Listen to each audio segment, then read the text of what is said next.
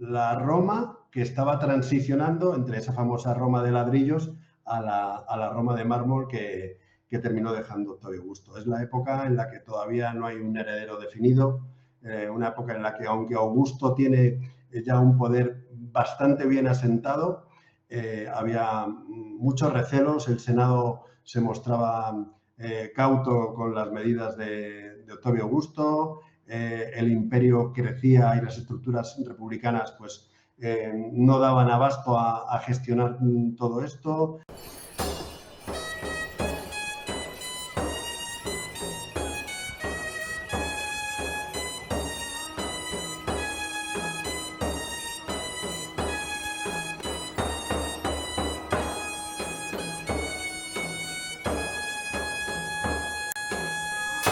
Salve, queridos, bienvenidos un día más a la taberna de Castor y Polus, tu taberna de divulgación de historia antigua en general, historia greco-romana en particular. Bueno, aprovechando la publicación de nuestro último programa basándonos en la primera parte de la vida de Augusto, parece ser que 2 horas y media no nos supa poco y hemos querido pues seguir hablando más sobre el periodo. Y para seguir haciéndolo, para no explotar siempre a nuestros queridísimos colaboradores, pues hemos traído colaboradores nuevos y de muchísima calidad. Y en este momento tenemos aquí a nada más y a nada menos que a Javier de la Peña, autor de Venenum in Urbe, el veneno del poder. ¿Qué tal, Javier? ¿Cómo estás? Bienvenido. Muchísimas gracias, Adrián. ¿Cómo estás? Pues encantado de tu invitación, de estar aquí con tus oyentes y nada, pues dispuestos a hablar de Augusto, de Roma y todavía con el luto del asesinato de Julio César, como sabes. Sí, porque en el momento que se está grabando esto, mira, por aquí asoma Ronnie que también quiere salir, que está malito y hoy lo tengo que tener, lo tengo que tener conmigo. Pues sí, en el momento que grabamos esto, pues estamos a 2 días de los famosísimos idus de marzo. Y también aprovechando también un poco el tirón del último programa publicado que grabamos en Ecos del Imperium, nuestro querido Enrique. Que Lo os... escuché fenomenal el programa. Te Sí, doy la enhorabuena a ti y a Enrique. pues muchísimas gracias. Que también contamos con pesos pesados como son Miriam Reyes, la loca de las piedras, y Sandra Parente, autora de Las Majas de Junia, también enamoradas del personaje y del periodo. Y bueno, hablé contigo hace unos cuantos días para hablar de lo que nos gusta. Vi que habías publicado este libro. Dije, uy, esto tiene que estar en mi mesita de noche. Tiene su hueco aquí esperando. Y nada, estuve hojeándolo porque, yo soy sincero, todavía no he tenido ocasión de leérmelo, pero bueno, estamos en ello. Y va pues sobre una de las temáticas pues que aquí en este canal es, como dicen los chavales, ¿no? Es muy top, ¿no? Es casi casi marca de la casa. Totalmente. A ver, nada mejor en una taberna como la tuya, ¿eh? Hablar de libros, hablar de asesinatos y hablar de intrigas, que, bueno, pues sabes que la época de Octavio Augusto estuvo trufada de situaciones complicadas y hay mucho de lo que hablar en ese sentido. Lo que pasa es que vamos a hablar un poco, vamos a hablar flojito porque tenemos el Palatino aquí arriba, igual nos escuchan los pretorianos y nos meten en un lío. Iremos a la trastienda porque la verdad que el tema, bueno, aprovecho también porque justamente, bueno, todos sabéis que yo pertenezco a 2 asociaciones, una es Mos Religiosus y la otra es Mare Magnum Baleares. Y en este momento, pues, en el momento que se publique esta grabación, pues estamos a una semana de la celebración del Festival de Cultura Clásica. Y cada festival pues tiene su propia temática y este año pues toca precisamente tocar los grandes magnicidios de Roma, ¿no? O sea que es un tema muy en consonancia con el tema de que va tu libro. Totalmente. Pues a tu disposición, si me quieres preguntar por lo que tú quieras, aquí estoy para responder a las preguntas del tabernero. Lo primero, siempre hago la misma pregunta a todos los novelistas que venís a saludarme. Y es, ¿qué es lo que te motivó a escribir el libro? Bueno, primero una sinopsis rápida. O sea, hemos hecho un pequeño spoiler, bueno, más que un spoiler, sí, una sinopsis, por así decirlo, de la temática. Siglo primero, época augustea, pero una breve descripción de lo que nos podemos encontrar en el libro sin hacer ningún spoiler para picar un poco el gusanito a nuestros taberneros. No te preocupes. Pues a ver, Veneno in Urbe es el primer volumen de una trilogía que, por cierto, el segundo volumen aparecerá dentro de pocas semanas ¿Y, en qué consiste? Pues es un thriller histórico. Yo creo que pocas épocas son tan dadas a una temática de novela negra en un escenario hace 2000 años como es Roma, como la época de Augusto. Entonces, todo empieza con un asesinato de un senador. Es la primera puñalada con la que se va a encontrar el lector, y a partir de ahí hay una investigación con los rudimentos y con los usos y costumbres de la época imperial, en la cual se va a ir viendo cuál puede ser el origen de ese asesinato y cuáles pueden ser las motivaciones, etcétera, etcétera. Entonces, el primer volumen, que es Veneno in Urbe, que es el que tienes ahí en tu casa, transcurre en Roma, en la Roma imperial, en la Roma de Octavio Augusto, la Roma que estaba transicionando entre esa famosa Roma de ladrillos a la Roma de mármol que terminó dejando Octavio Augusto. Es la época en la que todavía no hay un heredero definido, una época en la que, aunque Augusto tiene ya un poder bastante bien asentado, había muchos recelos, el Senado se mostraba cauto con las medidas de Octavio Augusto, el imperio crecía y las estructuras republicanas pues no daban abasto a gestionar todo esto, había una serie de vicisitudes en todo el entorno de esa pujante corte imperial que dio lugar a muchos problemas de administración. Octavio Augusto estaba rodeado de gente muy capaz y muy eficaz, pero había realmente, y eso está documentado, situaciones complejas que pudieron poner en peligro toda esa estructura imperial, ¿no? El segundo volumen transcurre, me lo llevo a Hispania, a la zona de Gades, Baelo Claudia, y luego va a las montañas cántabras, a las indómitas montañas cántabras todavía. Y el tercer volumen transcurre en Egipto y termina nuevamente en Roma. Eso es lo que te puedo decir. Una época apasionante, una época de transición, como te digo, en la que la República intenta dar sus últimas bocanadas, pero ya Octavio Augusto va asentando las bases de lo que sería pues, toda la dinastía Julio-Claudia, etcétera, etcétera. Y las calles de Roma, los templos de Roma, las domus imperiales, los escenarios de la clase alta, del patriciado, me gusta combinarlo con los bajos fondos. Hay una gran parte de la novela, de esta primera novela, que transcurre en la subura, en sitios abyectos, muy peligrosos y todo eso. Entonces, todo ese universo que era Roma en esa época, he intentado trasladarlo siendo muy riguroso desde el punto de vista histórico, pero también con ritmo actual, para que el lector actual se meta y se sumerja en la historia y vea lo que era vivir de alguna manera una época peligrosa y apasionante como era la Roma imperial. Yo tengo aquí mi ejemplar, he dicho es que lo tenía en casa, aquí está la prueba, y además lo tengo firmado, o sea que ya sabéis, poneros en contacto y comprar el ejemplar al autor para que podáis tener vosotros también vuestro ejemplar en casa y firmado. Y una pedazo de primicia acabas de hacer, ¿no? O sea, hemos hablado de tu primera entrega, pero bueno, nos has hecho ya público aquí, cosa que es un honor. Es que, ¿sabes lo que ocurre? Que yo creo que hay determinadas historias que necesitan un desarrollo, o sea, no un desarrollo lento, ni peñazo, ni aburrido, pero sí que si quieres determinadas tramas y determinados universos, como era el universo imperial, yo personalmente no me veo capaz de desarrollarlo en 200 o en 250 páginas. Es una historia lo suficientemente atractiva y además es que, como es tu caso también, Adrián, somos apasionados de Roma. Entonces, ¿por qué centrarme solo en la urbs, en la ciudad eterna en Roma, si había otros muchísimos escenarios en esa época que también eran apasionantes? Porque, por ejemplo, Hispania, en esa época, en la época de Agripa, cuando tiene que acudir porque las tribus astures y cántabras se le resisten al imperio, pues eso es un escenario magnífico. El funcionamiento de una ciudad, ya no tanto la capital del imperio, sino ciudades más pequeñas, las provincias romanas, luego territorios que estaban todavía por conquistar. El Egipto post-Ptolomaico, cuando ya Marco Antonio ha fallecido, se ha suicidado, cuando Cleopatra no está, toda esa transición, el imperio se tiene que hacer cargo de las provincias de Egipto que tantas riquezas prometían y que Augusto no quería soltar por nada del mundo. Todo ese universo, que una vez que te pones a redactar una novela, dices, oye, vamos a ser ambiciosos, me ha llevado mucho tiempo hacerlo, por supuesto, pero ha sido un proceso apasionante porque realmente es un periodo apasionante y una época maravillosa.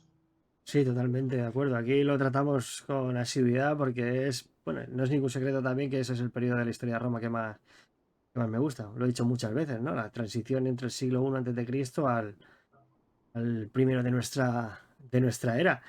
Tenemos aquí la primicia de que es una trilogía, que en nada va a salir la segunda parte, podemos contar con una tercera. Sí. Y ahora te voy a hacer la pregunta que suelo hacer también a todos los autores que venís a visitarme, que es, ¿qué es lo que te motivó a crear esta obra? Lo primero, el amor que tengo hacia Roma. Yo no soy historiador, soy abogado, pero soy un apasionado de Roma. Entonces, creo que hay determinadas historias que se tienen que contar, por supuesto, desde el ensayo, desde la historiografía y desde lo académico.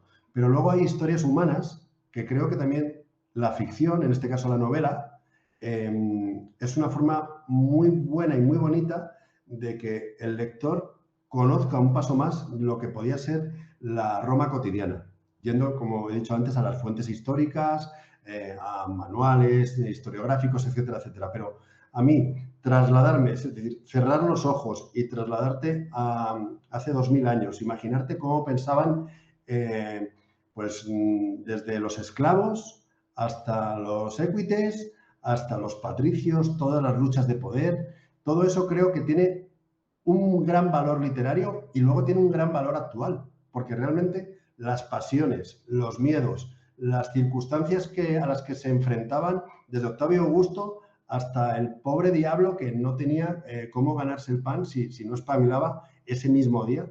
Todo eso creo que es un crisol tan apasionante que yo, humildemente, tenía que plasmarlo en una novela y dar salida a lo que siempre he querido, a lo que siempre me ha gustado, que es escribir, contar historias, leer y que el lector disfrute pues en el mundo que de alguna manera se crea en una novela. Ujú. Totalmente de acuerdo. Y seguro que lo conseguimos.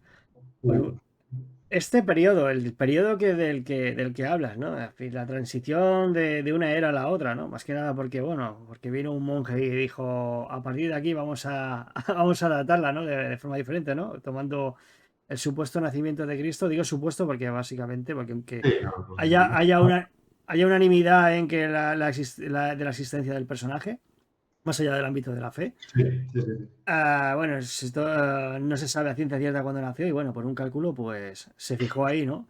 Pero coincide precisamente con el cambio este de régimen, de régimen del Sí, republicano, sí. que realmente es una convención historiográfica, ¿no? Porque realmente lo que es la diferencia entre lo que sería la república y el imperio, o mal llamado imperio, el principado, sería básicamente que las estructuras de poder estaban supeditadas pues a este personaje, ¿no? Que era César Augusto, ¿no?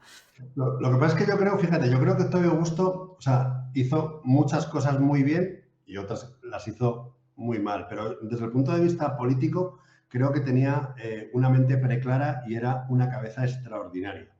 Porque, o sea, su poder efectivo no empezó en la batalla de Accio. Ahí empezó, digamos, allá a gobernar, digamos, sin rivales claros, pero realmente este hombre, siendo un chico con 18, 19 años, a la muerte de César, ya tuvo que ir armando una estructura de poder que se consolidó durante más de 50 años realmente, porque él cuando falleció en el 14 después de Cristo, ya habían pasado más de medio siglo desde que empuñó las armas, financió su propio ejército privado, etcétera, etcétera.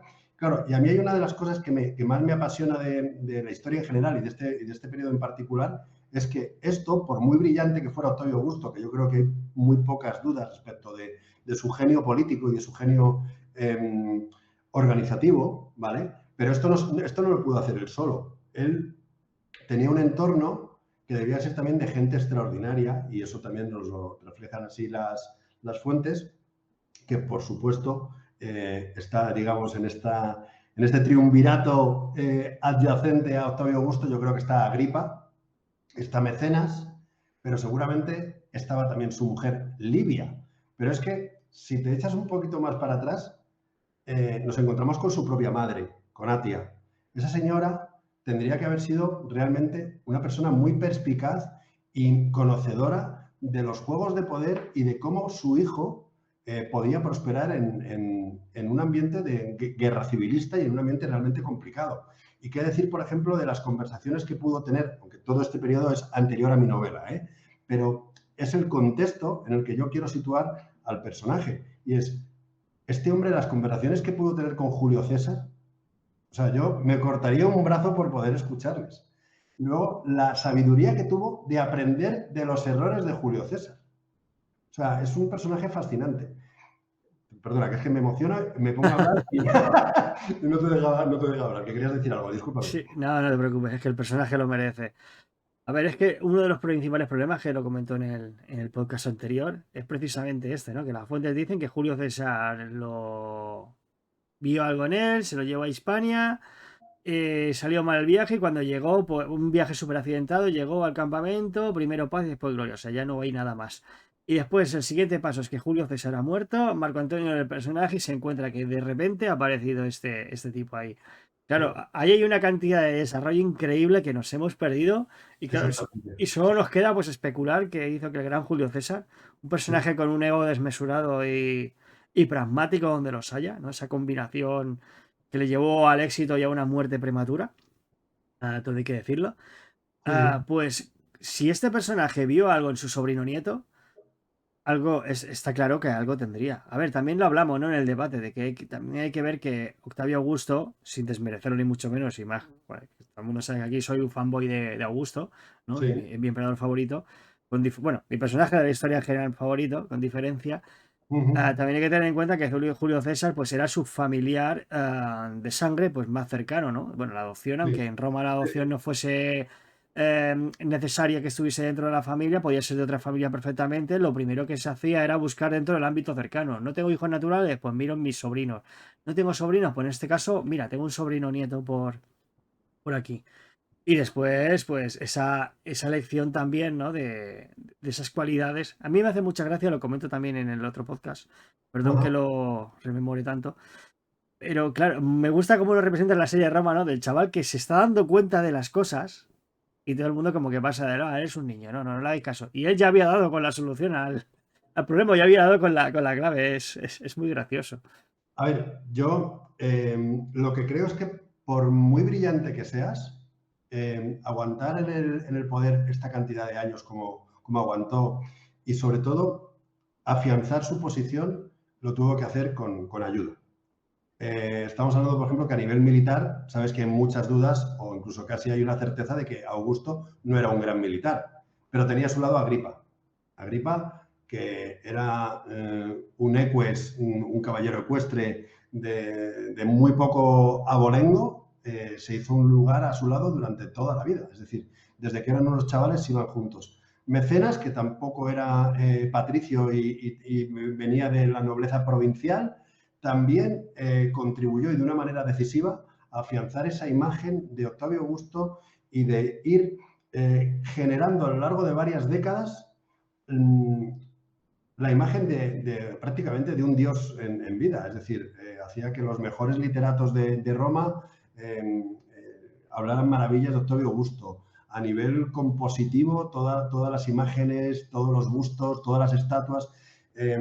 Eso creo que dice mucho de Octavio Augusto porque es un mérito también para un político rodearse de gente muy capaz, ¿no? Y eso creo que es muy importante. Y luego hay una cosa que me parece fascinante, yo creo que era un hombre muy pragmático y era un posibilista. Él, por ejemplo, una de las cosas que hizo y que recoge mi novela es que los equites tuvieran cada vez mayor presencia en Roma. Es decir, él venía de ver cómo el patriciado, el senado, etcétera, etcétera, era una aristocracia. Y yo creo que de alguna manera Octavio Augusto introdujo que se me entienda un poco dentro de esas perspectivas de hace 2000 años, pero una meritocracia. Él se fue rodeando de gente que consideraba que podía ser capaz, más allá de su cuna, sin no olvidar que era una persona también que, por supuesto, tenía muy claras las diferencias sociales y que no contemplaba una igualdad ni nada por el estilo, pero sí que supo introducir en la administración del imperio, vamos a hablar ya del imperio, aunque formalmente fuera la república, etcétera, etcétera, pero supo abrir la puerta a nuevos aires. Y creo que eso también dice mucho de su capacidad de supervivencia y de gestión, hablando en términos contemporáneos, ¿no? Y, por ejemplo, el protagonista de mi novela es un eques, es Lucio Tulio Caper. Y es una persona que percibe que tiene la oportunidad de ir medrando. Es una persona que podría ser un arribista, un cazarrecompensas y una persona que sabe que si complace al poder político y a los que mueven los hilos en Roma, puede ir ascendiendo en el escalafón social, ¿no? Y de alguna manera eso, si tú lees la historia, creo que por vez primera y de manera muy clara fue Octavio Augusto el que de alguna manera ayudó a que eso fuera así, ¿sabes? Otro de los méritos que creo que el personaje se tiene que apuntar. Sí, no, estoy totalmente de acuerdo con eso. Además, si te fijas, el sistema, pues lo que hace es ascender y poner en posiciones clave un montón de personajes a los cuales a él le deben directamente el pan. De tal manera que si, Incluso la vida algunos. incluso, total, de tal manera que si Augusto desaparece, pues tu carrera se ha acabado. Claro, al final pues tenías una red clientelar bestial, ¿no? Mucha gente vamos, que dependía directamente, como bien has dicho, la vida, el puesto y el sustento de la supervivencia física de Augusto. Y eso yo creo que también contribuyó a que durase, vamos, que fuese uno de los pocos emperadores, aunque Robert Graves haya empeñado a decir lo contrario, de los pocos que, que murieron en su cama tranquilamente. Sí, sí, además es que murió en olor de multitudes. O sea, el funeral cuando falleció con 70 y pico años fue único en su mausoleo que había construido décadas antes. Era una persona que yo creo que tenía una obsesión también por pasar a la historia. Y todo lo que hacía tenía una proyección hacia el futuro, ¿no? Es un personaje que realmente desde el punto de vista literario da mucho, desde el punto de vista histórico igual, y yo creo que es un personaje que cuanto más lees sobre él, más avanzas en su conocimiento, más dudas te genera. Es decir, porque las personas complejas, como podía ser Octavio Augusto, realmente interpretar con códigos del siglo XXI está muy bien, lo tenemos que hacer por supuesto, pero no es sencillo. Y volviendo a la novela, creo que hay vacíos historiográficos que muchas veces la ficción ayuda a rellenarlos. O sea, una novela no está para suplir a la historia, pero yo creo que precisamente si somos honestos sabiendo que estamos hablando de una ficción, para un lector medio es una forma muy bonita y muy agradable de conocer Roma, de conocer otros ambientes, de conocer la mentalidad de estas personas que habitaban el Mediterráneo, que habitaban Italia y todas las provincias, etcétera, etcétera. Y una forma legítima y muy divertida es a través de la novela. Sí, ahí has abierto el melón, ¿no? Desde que hay tanta polémica normalmente entre la ficción histórica, de qué grado de rigurosidad se exige, porque al fin y al cabo no deja de ser, no me malinterpretes, un producto de entretenimiento, ¿no? Pero claro, pero es un producto de entretenimiento por el cual pues muchísima gente pues se crea en el imaginario colectivo pues la visión sobre el mundo antiguo. Lo hemos dicho también varias veces en este canal. Por ejemplo, Philip Plum es el que ha condicionado la forma de percibir el mundo antiguo cuando tú te das cuenta de cómo era el mundo antiguo, ¿no? Cuando lo estudias o ves un poco el grado en el que está la investigación, pues no tiene absolutamente nada que ver. Claro, y tiene un poco ese estigma como que tiene la presión, corrígeme si me equivoco, no sé si estás de acuerdo conmigo, de que tiene un poco de esa presión que a lo mejor otros géneros literarios como pueden ser, bueno, el mismo nombre lo dice, ¿no? La ciencia ficción, o yo qué sé, o la novela negra, O el western. o el west, Sí, sí. pues tienes que tener un mínimo de rigurosidad o para que no, precisamente, pues no haya este tipo de problemas, ¿no? Es una presión añadida.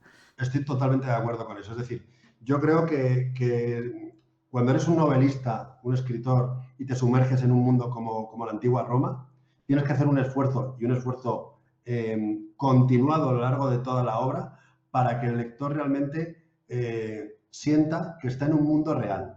Y creo que es, te diría, no sé si hablar de ontológicamente obligatorio, pero sí que creo que es muy, muy exigible que no con todos los detalles ni al máximo nivel, pero sí que creo que debemos hacer un esfuerzo como narradores de que se respete cómo era el mundo que estás trasladando al lector.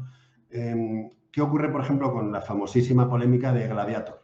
Sabes que mucha gente la ha criticado porque dicen que comentaba, o sea, todo tipo de aberraciones históricas, desde el asesinato del emperador por Cómodo, asfixiándole, todo eso. Creo que tiene una virtud, Gladiator en concreto, por ejemplo, que es que ha acercado a mucha gente que jamás hubiera ido a la antigua Roma, le ha llamado la atención ver un combate de gladiadores, ver cómo era la antigua Roma, las legiones luchando en Germania, todo eso, más allá del estricto rigor, creo que ha acercado a mucha gente al mundo antiguo. Entonces, llegar a ese punto, pues seguramente no sea fácil, pero nosotros como creadores tenemos que intentarlo, ¿vale? Eso es lo que te puedo... Por ejemplo, voy a hacer un pequeñísimo spoiler de mi novela.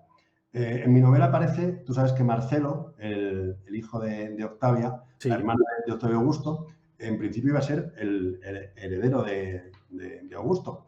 Falleció. No se sabe muy bien cuál fue la causa, si fueron unas pestes, pero también se ha hablado de que pudo morir envenenado, ¿vale? Yo como novelista puedo optar, y creo que es legítimo ese ejercicio, para que engarzarlo con mi trama, pues quedarme con la versión posible de que a lo mejor Marcelo murió envenenado. ¿Eso es engañar al lector? Yo creo que no. ¿Es enriquecer la trama? Yo creo que sí. Te pongo un ejemplo, por ejemplo, como este de Marcelo. Esto creo que lo hablé con Ángel Portillo. Exactamente la misma premisa que acabas de decir tú, ¿no? Que al fin y al cabo, pues como bien dices, no estás mintiendo, ¿no? Es la manera, ¿no? Una vía para poder exponer diferentes teorías, ¿no? Que la historiografía puede haber descartado, simplemente están ahí o no se dan credibilidad, pero oye, dentro del margen que te da la novela histórica, pues puedes soltar esta teoría y a ver qué pasa. De hecho, yo creo que al antes mencionado Robert Graves abusa de ese recurso hasta, Sí, sí, sí. hasta la saciedad. Pero es muy, muy interesante.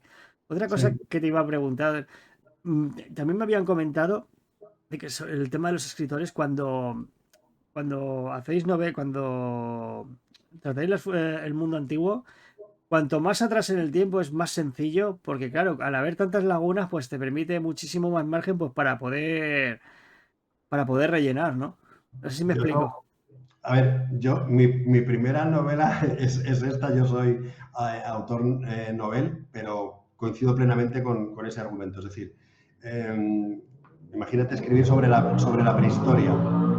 Pues yo creo que eso te da un margen increíble de poder crear escenarios ficticios, formas de pensar que seguramente no se ajusten a la realidad, pero a ti como novelista te pueden servir.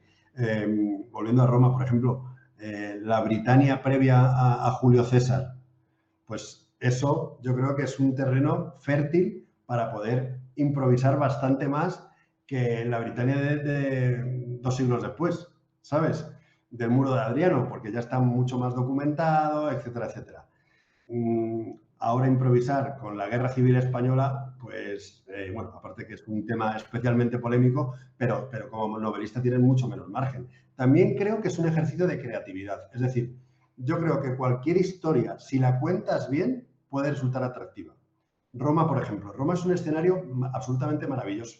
O sea, los recovecos de la Roma en construcción, cuando estaban los canteros golpeando los mármoles para hacer la Basílica Julia, cuando se estaba construyendo el foro antes de Julio César, todo eso. O sea, es un mundo increíble y es un mundo que ofrece al novelista, bueno, pues ambientes, atmósferas, personajes, situaciones infinitas o casi infinitas.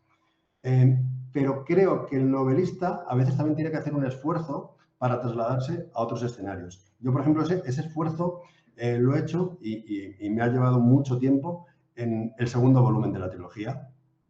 Lo saco de Roma, a los personajes y me los llevo a un mundo mucho más en los límites del imperio.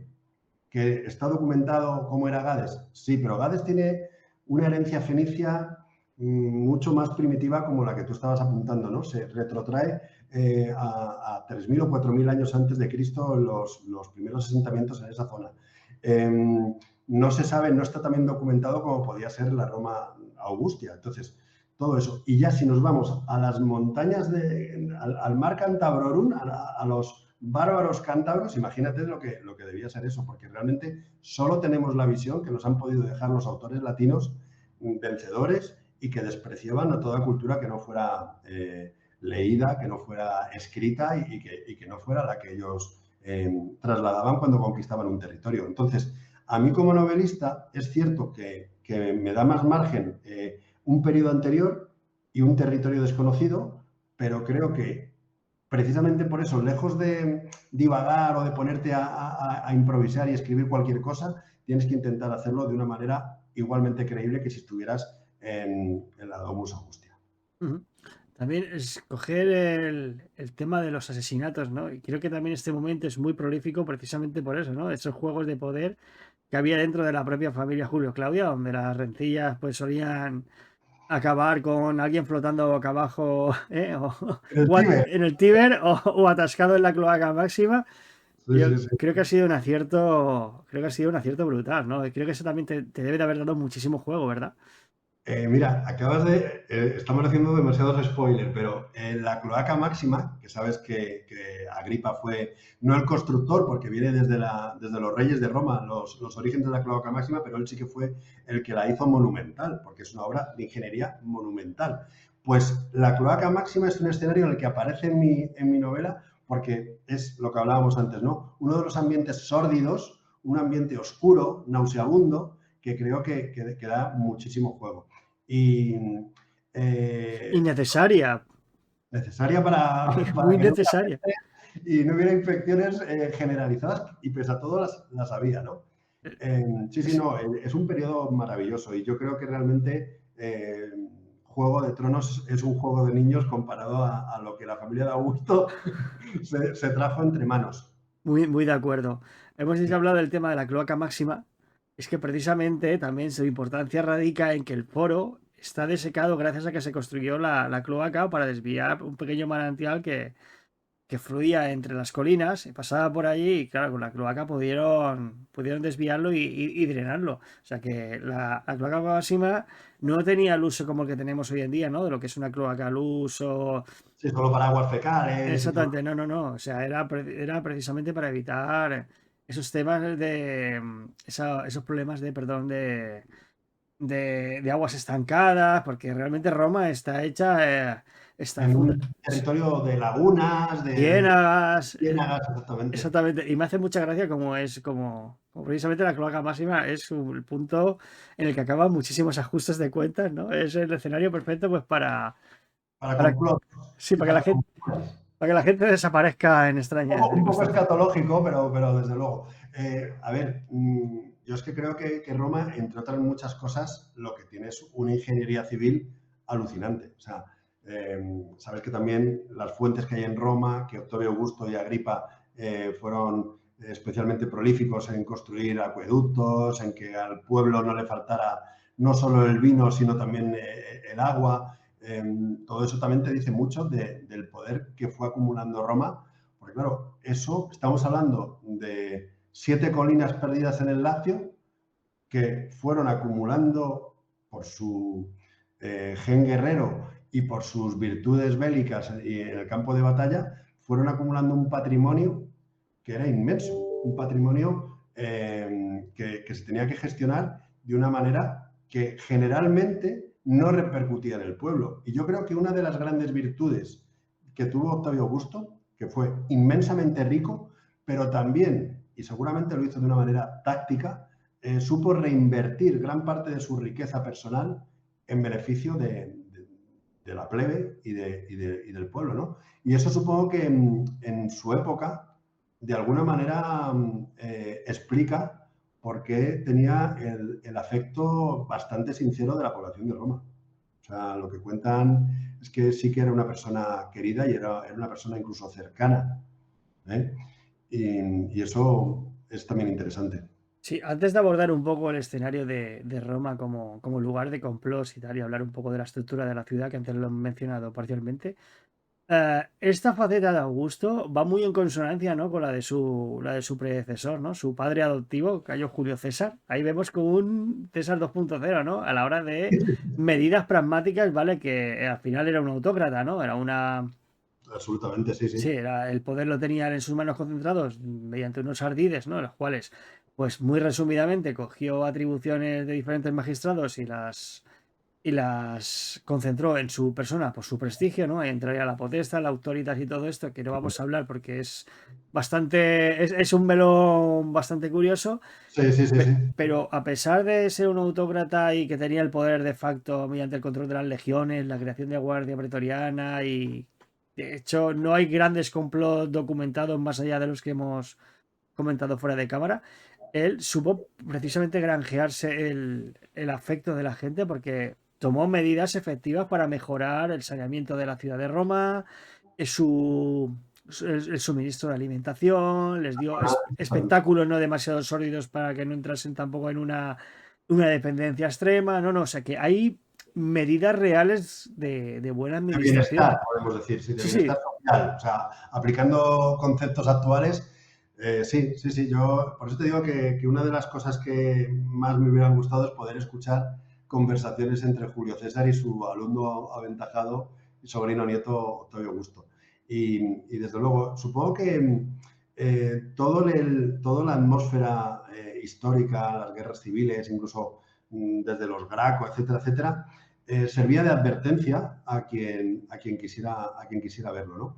Y luego, cambiando un poco el foco, Octavio Augusto, esos méritos, por supuesto, que los propagaba y los documentaba de una forma como se hacía hace 2000 años, en piedra, básicamente, para que todo el mundo supiera que él era un benefactor, no ya solo de Roma, sino de todo el imperio, porque él intentaba que los pueblos conquistados pues también le terminaran viendo como una persona a la que convenía, o sea, una persona que realmente les ofrecía bienestar.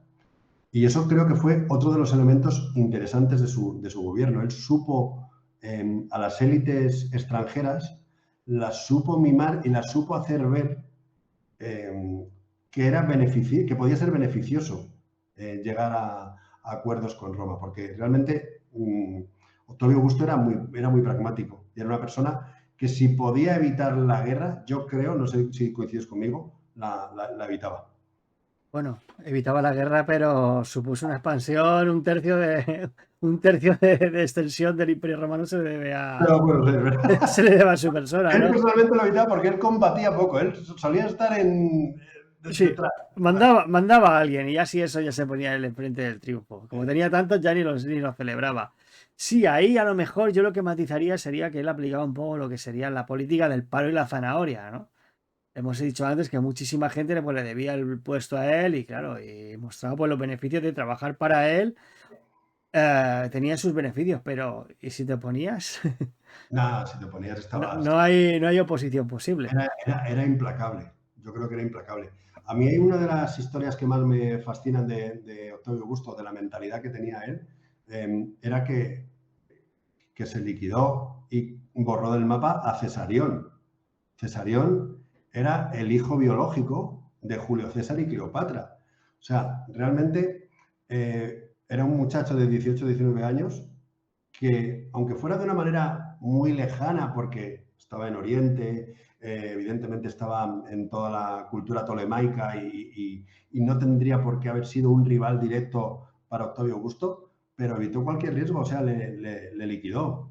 Y yo creo que es una constante que sí que tiene Octavio Augusto, que es que realmente es una persona fría y es una persona que es capaz de tomar decisiones que, en principio, desde nuestro prisma, desde nuestro presentismo y nuestro prisma actual, pues te ponen los pelos como escarpias, ¿no? Porque ¿Era necesario matar a Cesarión? Pues yo creo que no, le podía haber dejado a lo mejor en Egipto teniendo ahí un pequeño poder casi simbólico, pero es que no dejaba ningún tipo de margen para que se discutiera su poder. Y yo creo que una de las cosas, por ejemplo, que hizo inteligentemente Agripa fue siempre estar un escalón por debajo de Octavio. Nunca le discutió, nunca fue un rival real de él. Fue su más leal colaborador, sabiendo, yo creo, que se podía jugar el cuello si tenía la tentación de igualarse.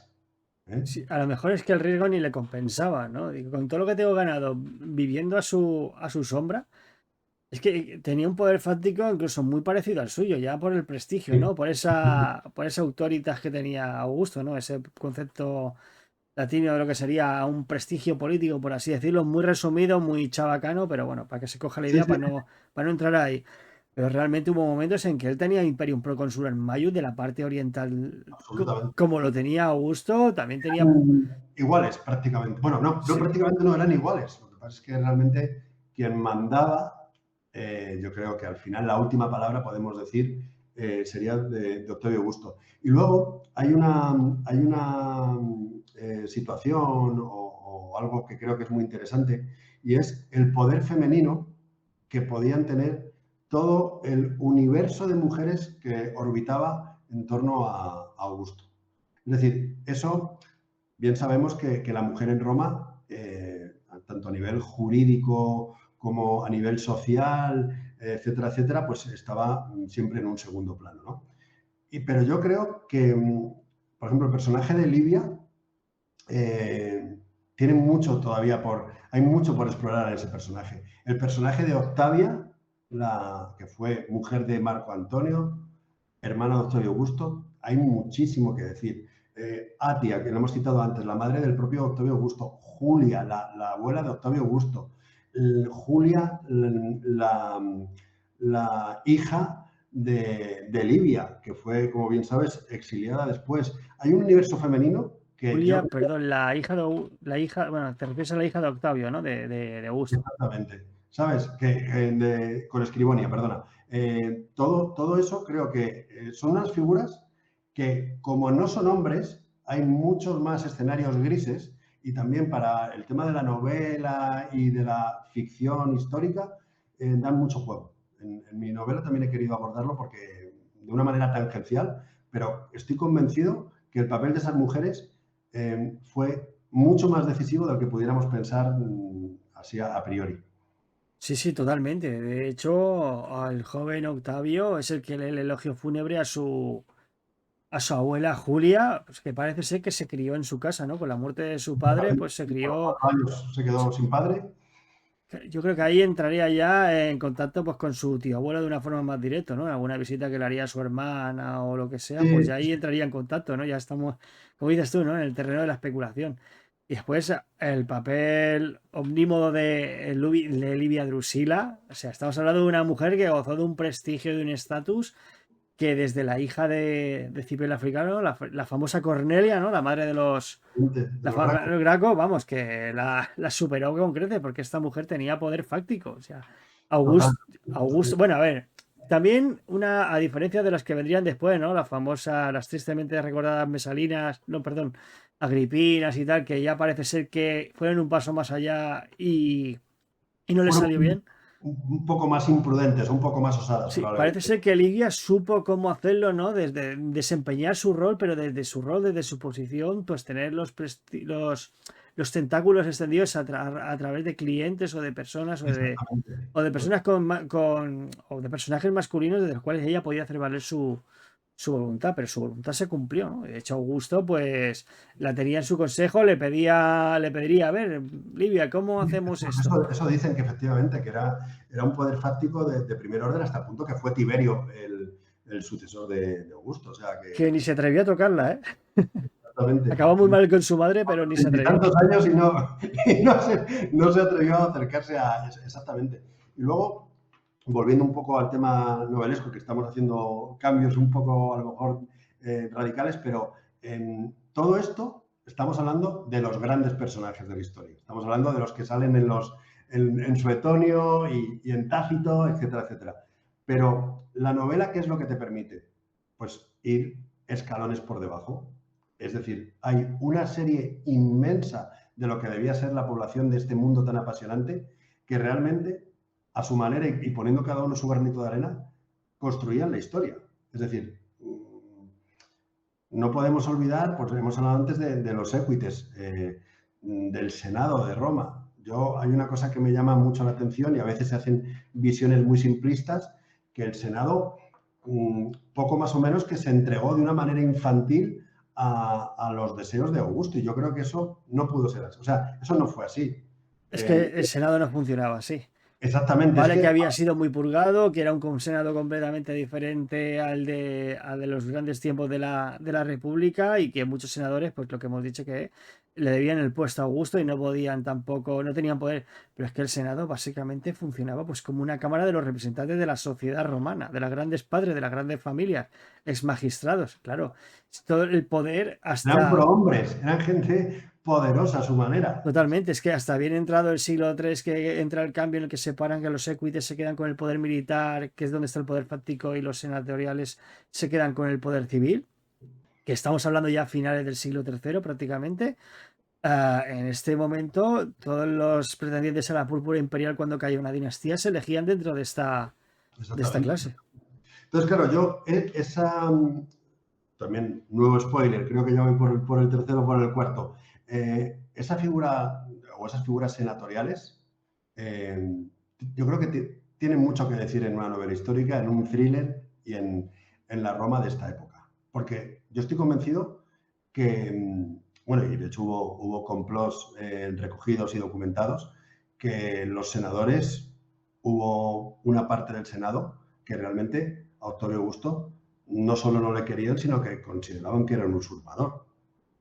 Y eso, para el novelista, nuevamente, para el escritor de ficción, es un terreno muy fértil y un terreno donde podemos hacer muchas cosas. Y yo es lo que he intentado hacer. Sí, es que hasta prácticamente en Nerva siempre hubo esa como esa nostalgia, por así decirlo, ¿no? De recuperar el antiguo régimen. Las fuentes hablan de que hay una diferenciación, ¿no? Entre el de antes de Augusto al después de Augusto, ¿no? Como los tiempos de la libertad.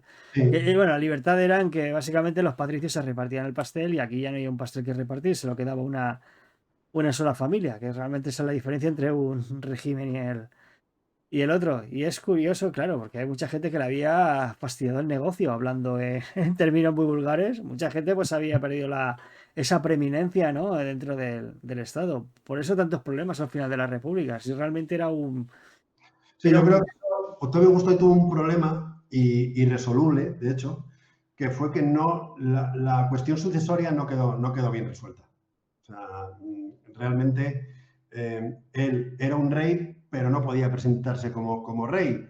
Tenía un poder absoluto, pero formalmente el Senado tenía mucho que decir. Y yo creo que eso no se resolvió nunca. No sé si tú qué opinas. O sea, no se resolvió de manera correcta y de manera estable para el imperio. No sé si tienes esa visión o la compartes o no. Sí, no, totalmente, porque es que al final aquí es como un choque de trenes entre dos formas completamente antagónicas de organizarse, ¿no? La idiosincrasia romana de que el poder tiene que ser colegiado, del reparto de las grandes familias de una porción del manejo del Estado, que fue siempre la máxima desde el final de la monarquía. De hecho, eso fue lo que propició que cayera la monarquía, se fundó la República, y hubo una sesión casi enfermiza de que todo el poder pues fuese repartido entre los diferentes padres, ¿no? ¿Perdón? Entre los oligarcas. Sí, bueno, sí, es una oligarquía votada, ¿no? Era un sistema raro, no hay parangón con los regímenes modernos. Y claro, fue como esa la máxima. Y claro, Augusto, realmente el organigrama del Principado, que es otro jardín también, que da para un podcast en sí. De hecho, lo traté con el doctor Marco Almansa hace ya un tiempecito. Está el podcast en iVoox, por si lo queréis escuchar. El que intentamos pues explicar un poco lo que es el Principado, y básicamente de una forma muy resumida, y además lo hemos dicho también antes, ¿no? Es las estructuras republicanas con un ente aparte, ¿no? Que es el que lleva los hilos, de tal manera que controla que el engranaje pues no se desajuste. ¿Cuál había sido el problema de la República? Porque al fin y al cabo pues había mucha gente con poder que se había quedado fuera de lo que sería el reparto ordinario de las magistraturas y quería entrar ahí a la fuerza, y como se podían costear ejércitos privados, pues era pues un... Las guerras civiles. Sí, sálvese quien pueda. Y Augusto pues al final pues su prestigio y por su buen hacer, ¿no? Por así decirlo, Sí, sí, pues no, no. se había creado una posición como de árbitro, ¿no? Como el Princes, el primus inter pares. Yo soy, lo único que me pone por encima del resto de mis colegas es que, pues, es mi prestigio personal, pero no tengo ningún poder que sea más allá. Y sin embargo, pues vemos que tenía un montón de poderes especiales pues, basados en su persona. Claro, el momento que él muere, ¿qué hacemos con esos poderes? Porque también estaba la otra versión de que todos esos poderes pues se tenían que ir al heredero, ¿no? Y continúa. Y claro, y ahí ya choca lo que sería. Era, a ver, al final, lo que mantenía, yo creo, la armonía, podemos decir, de todo este sistema era la propia figura de Augusto, el genio político de Octavio Augusto. Cuando Tiberio también yo creo que era una persona, más allá de su crueldad o de lo que se haya podido, yo creo que era una persona válida, pero ya a partir de ahí empieza la cosa a Bueno, torcer. Tiberio, haciendo un pequeño paréntesis, a ver, yo no me declaro fan, pero me interesa muchísimo su figura. Parece ser que era un administrador, pues capaz. Y claro, a la gente Nada. un administrador castrense, claro, a la gente no le gusta la gente sin carisma, ¿no? La gente quiere, pues, quiere Quieren a gestos. Druso, quieren a Druso, que era Sí, bonito, era guapo, era alto. quieren gestos, quieren gestos. No, es como en la política española también se pueden hacer analogías, ¿no? Nadie recuerda, a ver, independientemente del signo político, nadie recuerda a Mariano Rajoy. En ese sentido. Sí, sí, sí. Es para que se coja el concepto, ¿no? No, aquí no somos fans. O a Montgomery en la Segunda Guerra Mundial, ¿no? ¿Sabes? Era gente más tipo con cara de ratoncillo, con una boina, pues, ¿qué quieren? Sí, Pues a sí, Patton o a Rommel, ¿sabes? Es, totalmente. es así. Y así, saliendo un poco del paréntesis, pues eso, ¿no? Al final el régimen pues se sustentaba porque se sustentaba y claro, muerto Augusto, lo único que permitió pues que continuara, primero era el miedo terrorífico, o sea, era terror a volver a la época de la guerra civil, lo que supuso para, Sí, eso es para yo creo en la mente colectiva. totalmente. Y lo otro fue que ya la clase senatorial estaba tan capada, entre comillas, que ya era imposible de funcionar por sí misma. De hecho, Tiberio lo intentó varias veces darle un poquito más de, De más, salsa. sí, un poquito más de faenas para que estuviesen ahí entretenidos y se dio cuenta de que no había nada que hacer, ¿no? Y de hecho, cuando matan a Calígula, que tronan a Claudio, cuando el Senado por un momento se quedó con el poder antes de que los pretorianos tomasen cartas en el asunto, bueno, a pesar de ser los que mataron a Calígula y tal, antes de que sacasen a su candidato, estuvieron ahí dudando, que no sabían, vale, vamos a la República, pero tú estabas vivo cuando eso funcionaba. Bueno, es que mi abuelo me ha contado que era así. Y ese momento después de esta sátira, De dudar. de dudar tanto, pues ya los pretorianos ya les habían adelantado por la derecha, ¿no? Y habían puesto a su muñeco y ahí dieron cuenta de que, bueno, su muñeco, después Claudio fue muy listo, pero ahí se dieron cuenta de que el antiguo régimen Ya ya estaba no era, muerto. ya no era viable en esas circunstancias, totalmente. Exactamente. Y luego, pues volviendo un poco a todo el tema estamos hablando de los juegos de poder, de la organización política, em, la relevancia también que tuvo el aspecto religioso y cómo Octavio Augusto supo jugar con la religión como otro elemento de legitimación para su propio poder. El mismo nombre, es que el mismo nombre ya, Augusto Exactamente. se puede traducir como consagrado, ¿no? Sí, sí, sí, sí, sí, es un término medio inventado, reajustado, creo, ¿no? Para su figura, pero efectivamente tiene un cariz religioso y luego que realmente él hizo una cosa extremadamente inteligente que fue propiciar la divinización de Julio César. Y él era el hijo de Julio César, él era el hijo de un dios. Él no decía, yo soy un dios, pero si eres hijo de un dios, pues poco te queda para estar ahí, ¿no? Algo se me pega, ¿no? Algo se le pega, efectivamente. Y luego, volviendo un poco al tema ficcional o ficticio de la novela, todos estos personajes tan apasionantes, que creo que lo son y que si destacaban, pues en gran parte era por méritos propios, a mí me gusta como escritor ir a las capas más bajas de la sociedad. Es decir, estamos acostumbrados a ver los grandes discursos, los grandes banquetes, las letras grabadas en mármol, pero todo esto a un esclavo que estuviera acarreando garum por las calles de Roma, yo creo que le daba exactamente igual. O sea, es que probablemente no sabía absolutamente nada de un senado consulto, de si iba a marchar una legión a Panonia.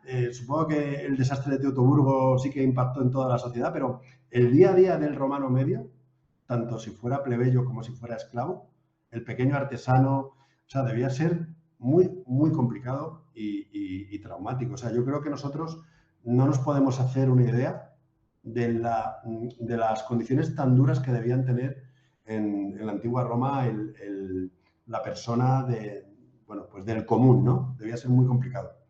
Y eso a mí como novelista también me interesa mucho, con todo el tema de las insulae, cómo debían ser las condiciones de vida, cómo podía ser la religiosidad popular, el lenguaje, todo eso es tan sabroso narrativamente que creo que, volviendo un poco al tema de por qué optar por una novela o qué diferencia la novela de la historia, pues intentar trasladar esto al lector también creo que tiene un atractivo muy bueno, ¿sabes?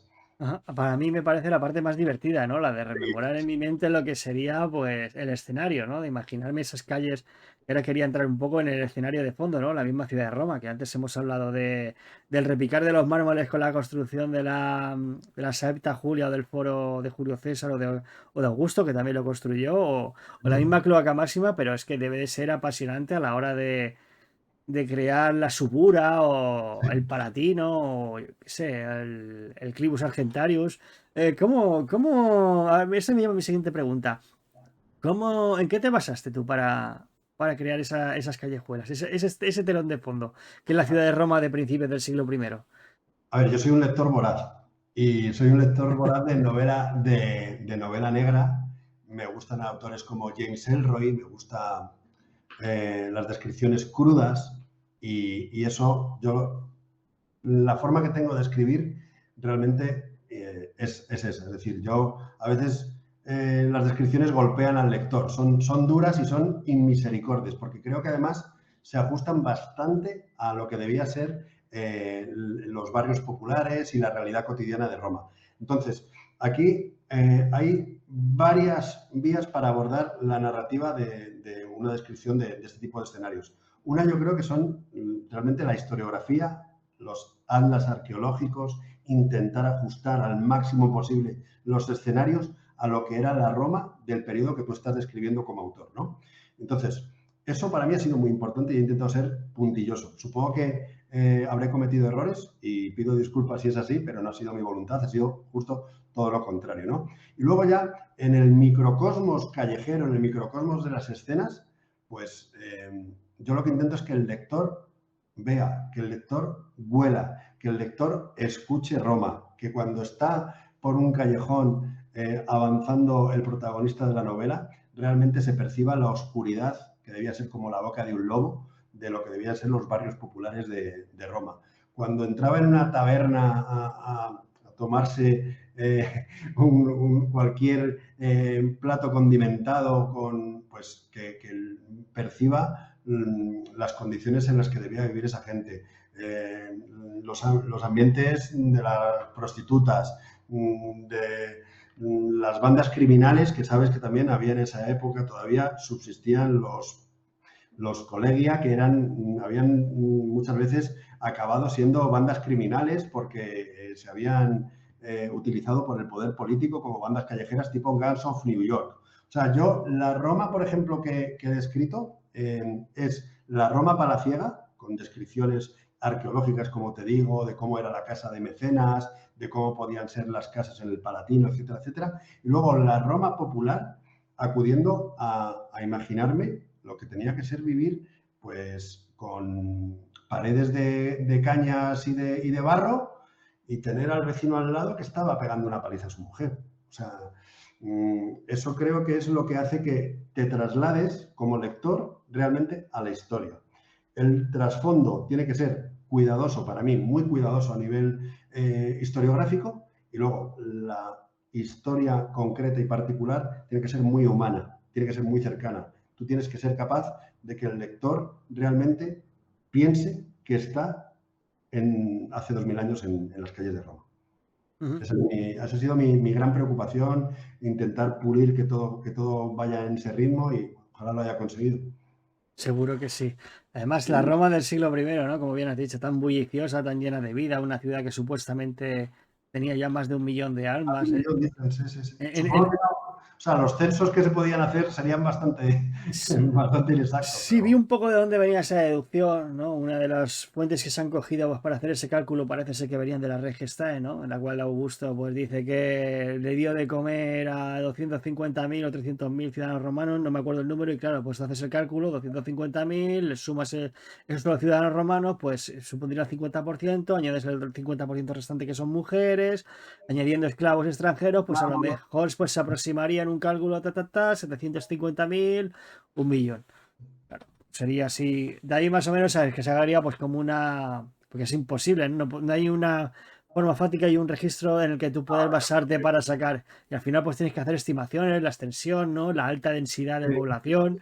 los 83 templos que restauró, pues vete tú a saber, ese tipo de estimaciones, sí. A ver, supongo que siendo, imagínate que no fuera 1 millón de personas, que yo es verdad que es un poco la cifra canónica con la que se suele trabajar, pero aunque fueran medio millón de personas, o sea, o aunque fueran 1.200.000, estamos hablando de una urbe que no había electricidad, que aunque estuviera la cloaca máxima, todo el tema de la salubridad, pues evidentemente no era una ciudad del siglo XXI, del siglo XX, ni siquiera del siglo XIX, y pues gestionar eso debía ser una locura. Por mucho que tuvieras tu cuerpo de bomberos, los vigiles, intentando poner un poco de orden, era una ciudad extremadamente peligrosa. Y yo creo que lo debía ser, te diría, prácticamente para cualquier orden social y para cualquier persona. Es decir, manejarte por las calles de Roma por el día seguramente era una experiencia muy interesante, pero por la noche debías,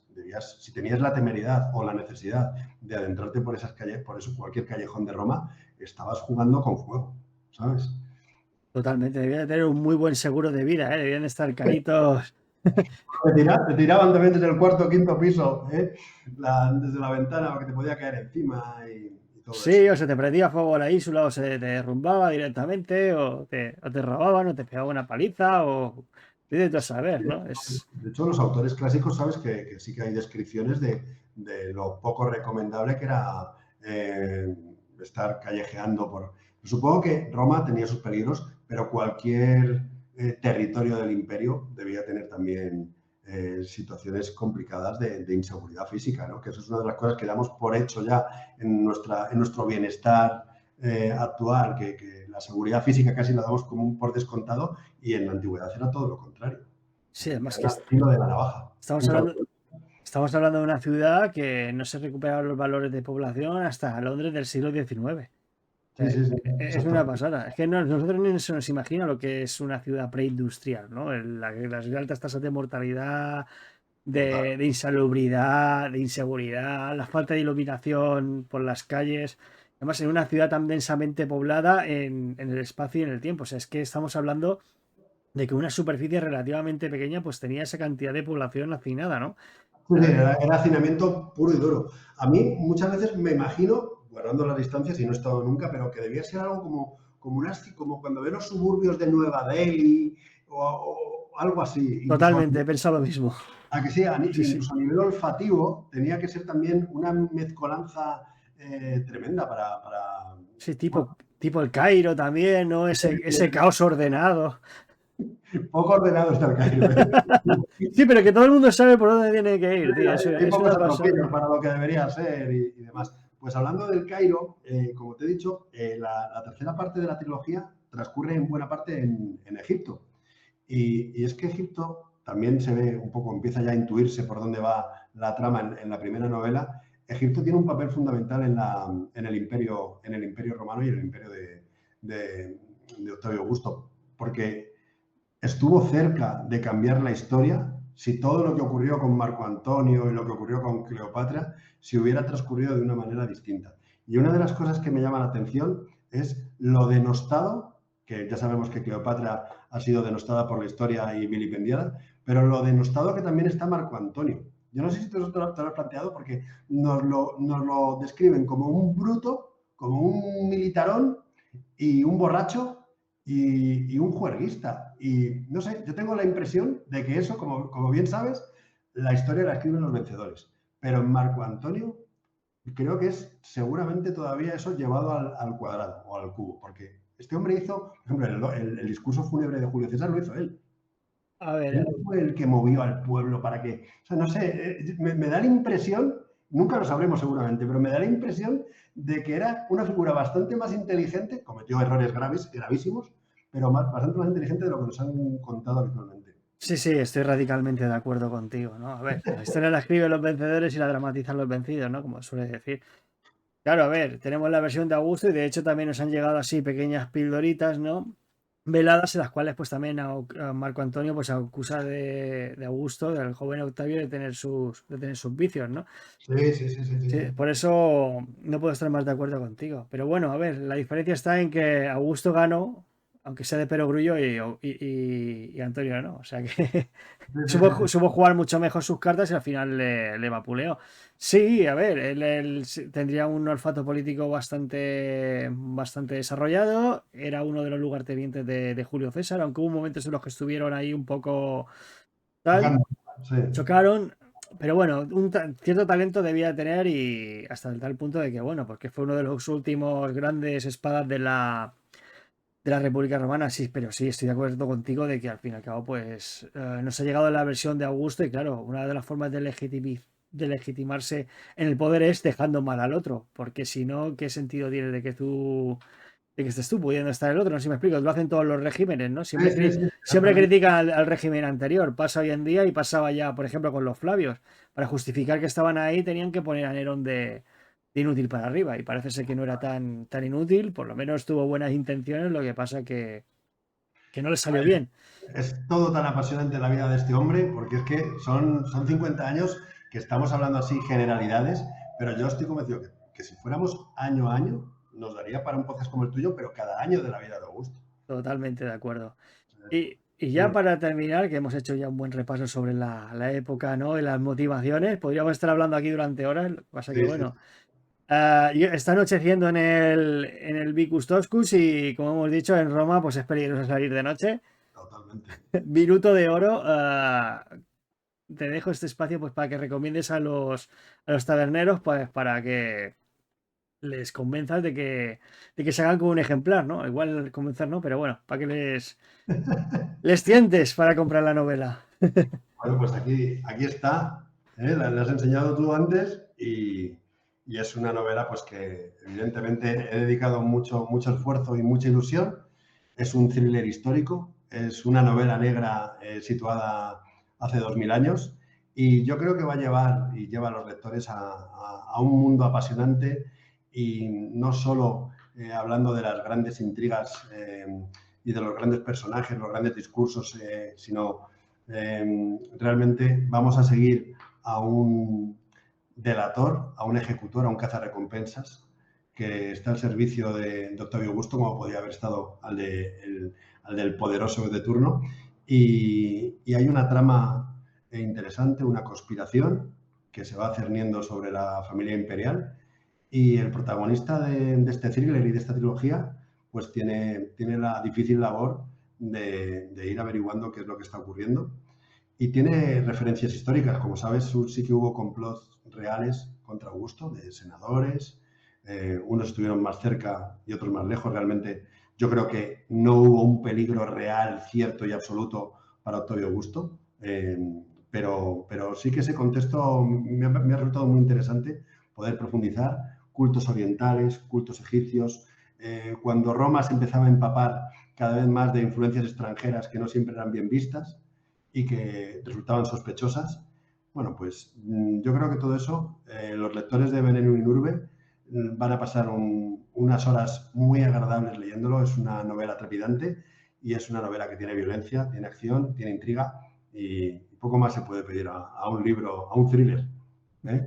Pues ya sabéis, taberneros, Venenum in Urbe, el veneno del poder, por Javier de la Peña.